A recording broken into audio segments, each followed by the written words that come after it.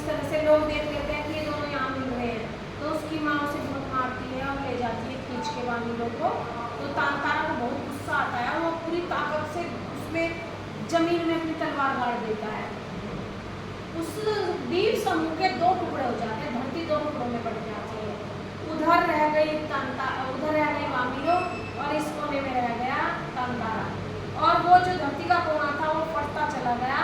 वामिलो कूद के जाना चाहती थी वहाँ, लेकिन उसके घर वालों ने पकड़ लिया और धीरे धीरे धरती वो धंसती चली गई, समुद्र में धंस गया सारा वामिलो। तारा उसमें डूब गया, मर गया। और उधर वामिलो उसको डूबते हुए देखकर पागल हो गई। फिर वो सारे जन्म पागल हो गई वामिलो। ये होती है प्रेम कहानी। तो उसके बाद वहाँ पर ये परंपरा ही बदल दी गई कि दो जवान बच्चों की जिंदगी खराब हो गई, तो वहाँ परंपरा बदल दी कि अब हम बाहर के गाँव में भी शादी कर सकते हैं।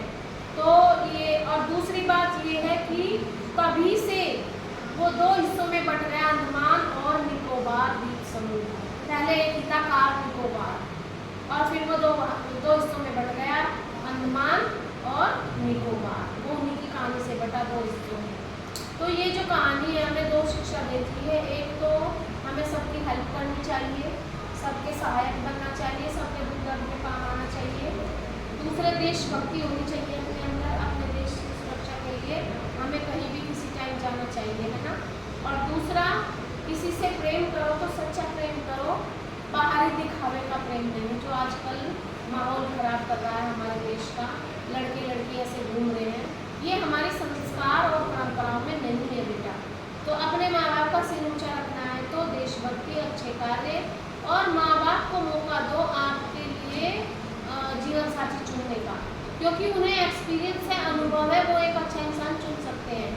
आप भावनाओं में बहकर गलत इंसान को चुन लेंगे तो सारी जिंदगी कष्ट से बीतेगी। अगर गलत